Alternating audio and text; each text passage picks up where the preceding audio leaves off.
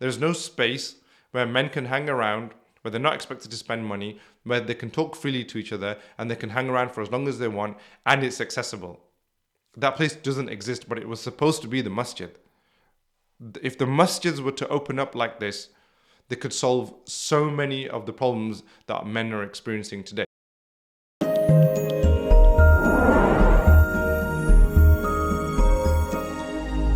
When I was 7 years old, I was at this school, at this junior school, and one day I'm sat in school and this man walks in. He must be about 30, 40 years old, right? He's got a mustache.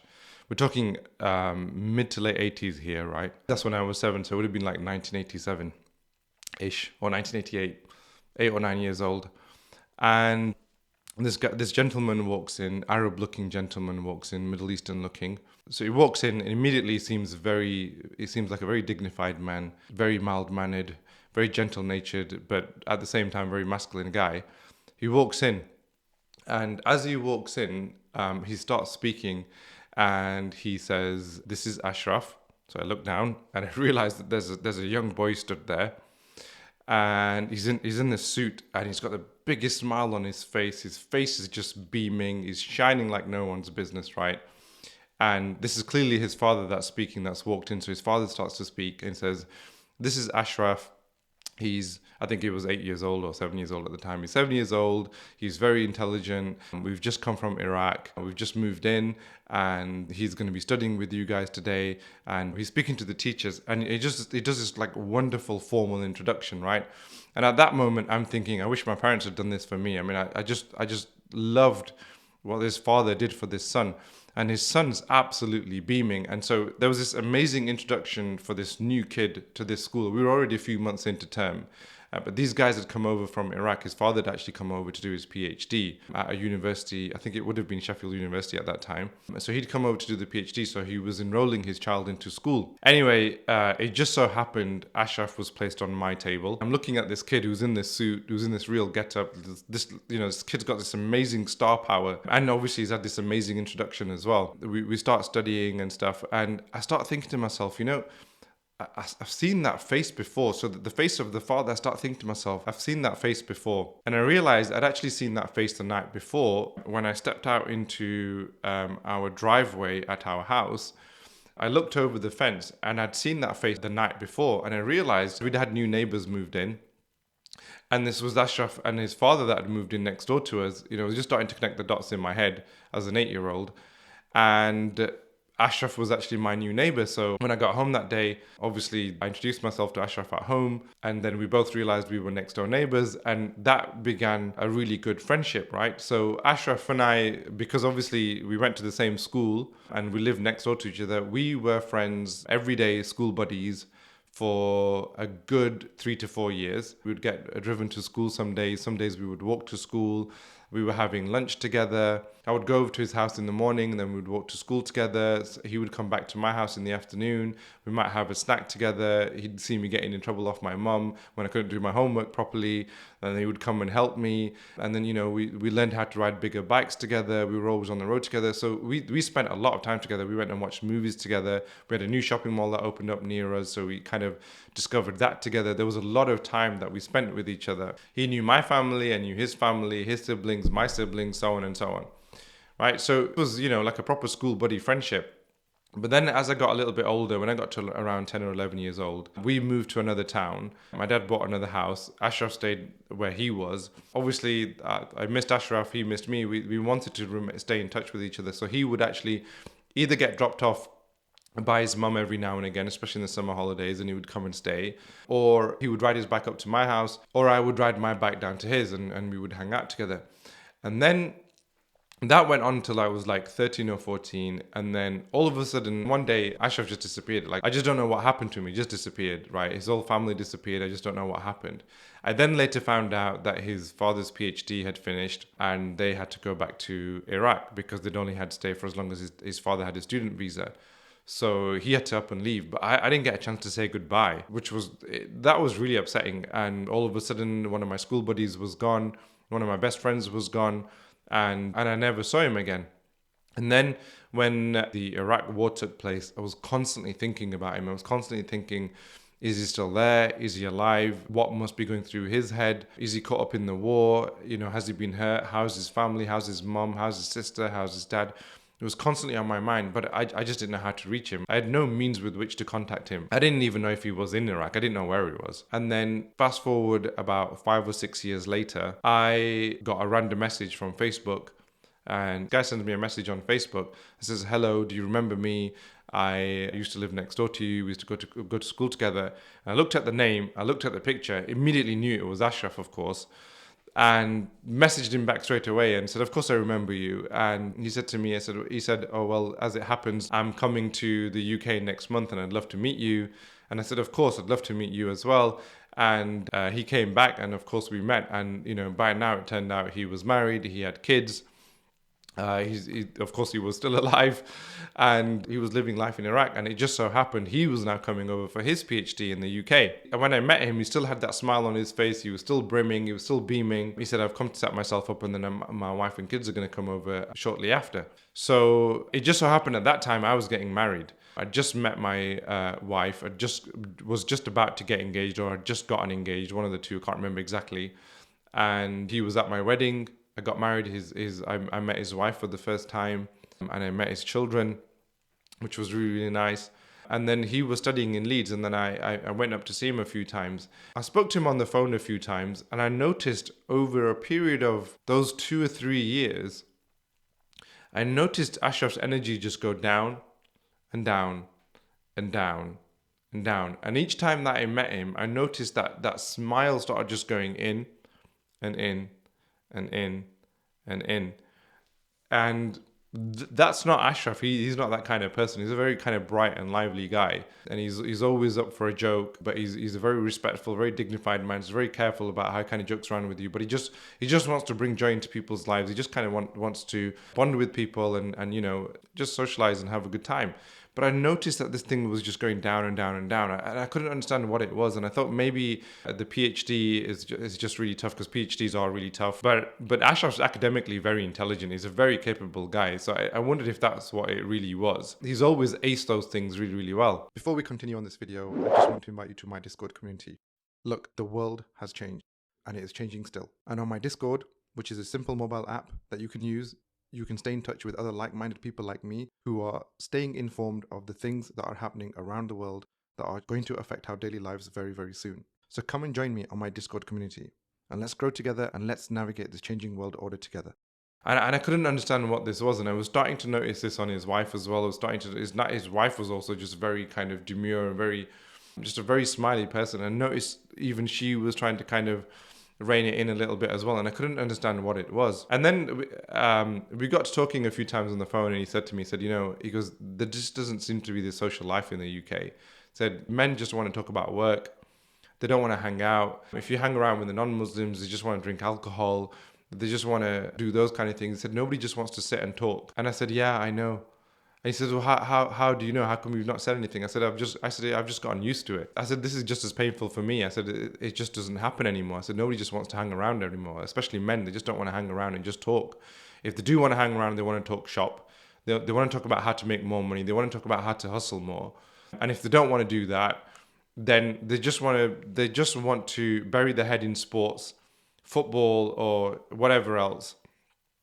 And that's all they want to do. But they don't just want to talk and just get to know the other person." I said, "I don't know what the cause of that is, but yes, this is going on in the UK. This does happen a lot, and probably other Western countries as well." And I think Ashraf was kind of looking for a solution from me, and I didn't have one. And I was kind of looking for a solution from him, and he didn't really have one, and we didn't really know what to say to each other. And then, unfortunately, his time was up in the country. His PhD came to an end. He got his thesis done, did really, really well with all of that. And he had to move his family back to Iraq. And he was kind of in two minds, because there was a financial implication of all of this in moving back. He was kind of between a rock and a hard place. So there were difficult decisions to be made. If he was to stay here, it would have been financially very difficult to support himself, and he would have to pay back his university for having spent money on his PhD and stuff. There was a financial burden there. But then if he went back to Iraq, obviously the economic climate in Iraq is not great. So he didn't really know what to do between the two. But anyway, in the end, he ended up making the decision of going back to Iraq. And I remember speaking to him when he came down. He was going to fly back from London. I was in London at the time, and he came down, and we went out for a meal together as families. And we spent some time together in my home. And then I dropped him and his family back off at the hotel. And I remember dropping him off, and I remember his son saying to me, I want to stay in touch with you. Give me your email address. Give me your WhatsApp or something. I want to stay in touch. And that's okay, but I didn't have any issue with that. But it was surprising to see an 11 or a 12-year-old say to somebody in the UK, I want to stay in touch with you. I remember Ashraf also saying to me that of everybody that I've hung around with here in the UK, I've enjoyed hanging around with you the most. And I really appreciated that. But I always wondered what was the reason he said that, because I didn't see him that much. I didn't have much to offer him. So I wondered why he said that. Was it just because we were really good friends, or was there more to it? And I realized it was both things. I realized, of course, it was because we were and we are still really good friends. But I also realized that there was no space. It was because he didn't feel like he could hang around anywhere where men could just talk to each other. There was no real bonding experience because men in Britain just don't know how to bond it anymore. And it was the fact that when we were hanging around together, there was a bonding experience, and that's what he was speaking about. Anyway, he went back to Iraq, and I spoke to him about a year in, and he started to sound a lot more like himself again. And I asked him the question, I said, what is it? Like, what is it that's changed? Because I know the economic climate in Iraq is not great. So your life can't be that easy. And I know you've contemplated leaving the country and going somewhere else just to be able to support your family and things. So it can't be that your economic situation is necessarily amazing. So it can't be that. And he said to me, no, things for him economically were a little bit better. He's managed to sort things out for himself. So he was actually doing okay. So that was part of it. But the other thing that he said to me was, he said he's out with the guys 2 or 3 times a week. He says we just go to the restaurant and we sit on a table, and he says there'll be like 8, 9, 10, 11, 12, 13, 14 of us on a table, and we just talk, and we're not drinking, and we're not smoking, and we're not necessarily, we might watch some sports, but it's not just about the sports. We're just talking to each other. So we're just hanging out as guys. And he said, and every time we go out, sometimes it's my turn to pay for everybody. Sometimes it's somebody else's turn to pay for everybody, because we just take it in turns, and it's not a big deal. Because the thing is, in a place like Iraq, 13 or 14 guys sitting on a table, for one guy to pay for everybody, it's not that big a deal because it's not that expensive. You couldn't dream of doing that here in the UK. It's difficult enough just to go out as 3 or 4 guys and have to foot the bill for all 3 or 4 guys. It's just so expensive to do that here. So there is an economic angle to this. There is an economic aspect to this. But he said, so the economic aspect of it does help facilitate this. But he said we just hang out and we just talk. And it's just guys. It's not women. It's not our children. It's just us as men. And he says, I'm doing that 3 or 4 times a week. And I said to him, I'd be lucky to be able to do that once a year, right? Because those spaces are starting to not exist. I mean, outside of London, to be able to go out in the evening, to find somewhere that's not a precarious place to sit is rarer and rarer in the evenings in a place like the UK, especially in the north of UK. And then it's just incredibly expensive to be able to do that on a regular basis. And then just the way that our lives are, our work lives and all the other demands that we have, it's just very difficult to do. And I also find that in a lot of these places, when you go to these places, and if you can find men to hang out with, I feel like they just want to talk about, how do we earn more money? How do we make more money? Or how do I do things that can give me more success? I feel like that's what the conversation's always about. And I said to him, that this thing's been happening to me in London a lot. I said, in London, especially when my book came out, and especially when I started to get a little bit of a modicum of following on social media, I would find people that I'd already known but hadn't spoken to for a long time.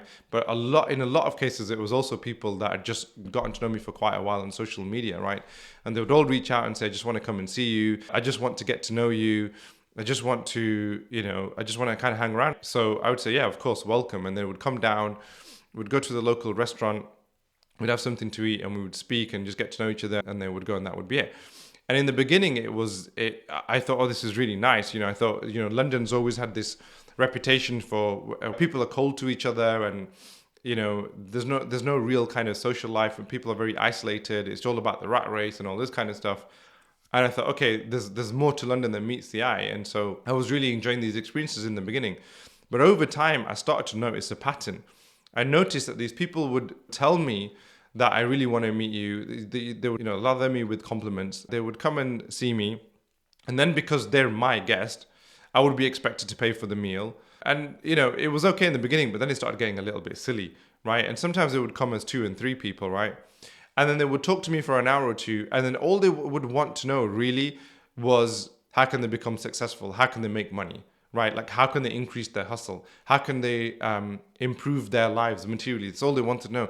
And it actually wasn't an interest in me that they had personally. They had an interest in what they thought was my story, what they thought was maybe my success story. Like, how did you do so well with your book? Or how have you been able to get a little bit of a social media following? Or you seem to be doing okay for yourself financially. Like, how can I do that? That's all it was really about. And it really started to get annoying. I was having to take time out in the evenings to basically do these free consulting sessions for people, and then also pay for it all. And I started getting really irritated with it. And I had this conversation with Ashraf, and I told him, and he just said to me, he said, "That's really sad. I can't believe that's going on."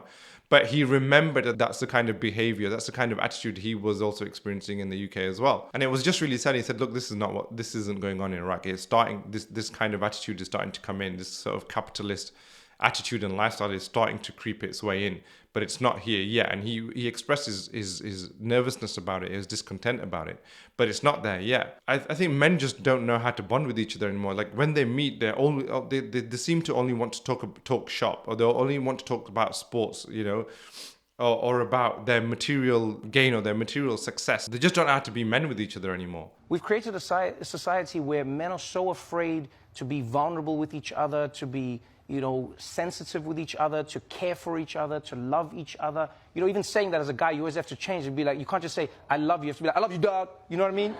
You got to throw it, like, you can't just say it. And it's interesting because that is where I do feel women have done a much better job of being there intimately for each other. Not sexually, but intimately. I don't feel like women are experiencing this as much. It's starting to happen to women as well, but it's not happening as much. I find that women are still able to do this with each other. They can still talk to each other on the phone. They can still kind of have heart-to-hearts with each other. When they go out, it's not just about talking about, how to achieve material success. They can have heart-to-hearts with each other, right? I feel like men are not doing this anymore. And it's just really sad. I think it's really needed for men. And, I remember when I was setting this place up, I don't know why, I was just feeling really anxious, and I was just not feeling worthy enough. I just wasn't feeling like I could really pull this off. And I remember actually calling Ashraf and talking to him and just being like really open with him and saying, "Look, I just need to talk to somebody." And he said a few words to me, he said a few little things to me, and that's all it took, and it changed everything, right? It just really just calmed me down, and I just got on with it, and there was no looking back. But that's all it took. And those spaces, I feel like they just don't exist anymore. Like, this is something that Ashraf understands. This is something that I understand, but I just feel like a lot of men don't understand this with each other anymore. That you just need to be able to sit down and just be able to talk to each other. But it doesn't always have to be a conversation about how to earn more money or how to establish more stature in society. Men should be able to talk about their problems to each other. Men should be able to have spaces where they can have heart-to-hearts with each other. They should have spaces where they can just be themselves. But those experiences in those places are just becoming more and more few and far between. There's the economic contributor to this, because it's just becoming more and more expensive to do this. These things were supposed to happen in the masjid. That's where this was supposed to happen, right? Men were supposed to be able to go into mosques and just be able to hang around with each other, but the committees have taken over, right?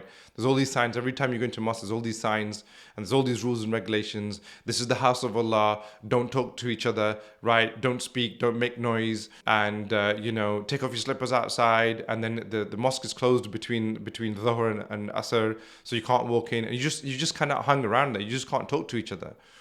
I remember when I was in London, and for that one day, there was a moment where the committee wasn't there in the masjid, and there was supposed to be like a new management committee taking over, and they set up a place in the top floor of the mosque, right?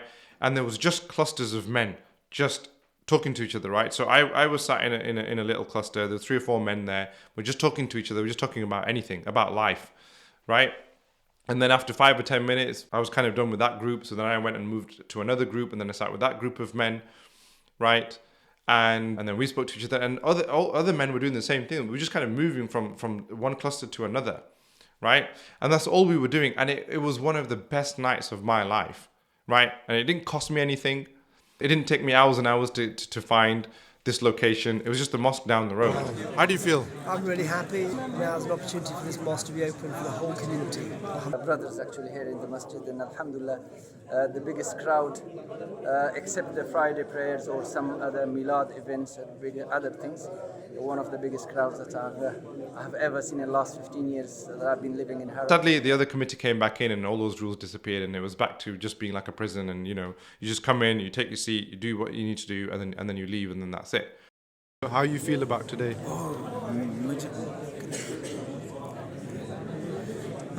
But I remember seeing some tweet somewhere that said, more and more we are now living in a time where there are more and more spaces where you can only hang around in those spaces if you're spending money, right? So like Starbucks and Costa, but like the library is like one of the last places now that you can hang around where you're not expected to spend money, right? But even in a library, you can't speak openly. The masjid is where this was supposed to happen. The masjid from the time of Rasul Sallallahu Alaihi Wasallam, it was a social hub. That's where men were supposed to be hanging around. But that's now gone. The social hubs for men have gone. So the only place that men can now hang around is either where their attention has been taken by something like a sports ground, a football match, a cricket match, or these kind of things, right? Or a boxing match or something. So that's taking up the majority of their attention, or the cinema or something. Or it's a place where you can hang around but you can't speak, like the masjid. Or it's a place where you're expected to spend money, like Starbucks and coffee shops and restaurants and these kind of things. That's all we have left. There's no space where men can hang around, where they're not expected to spend money, where they can talk freely to each other, and they can hang around for as long as they want, and it's accessible. That place doesn't exist, but it was supposed to be the masjid. If the masjids were to open up like this, they could solve so many of the problems that men are experiencing today. The biggest thing about men is that all they have to do is just talk to each other and they start solving problems for each other. It's all it takes. It doesn't take high IQ, right? It doesn't take fancy degrees. It doesn't take some genius idea. Men just need to be able to talk to each other because men are problem solvers and they can start solving problems with each other. It's just the flourishing of ideas and it's just the flow of ideas. But that's not taking place anywhere.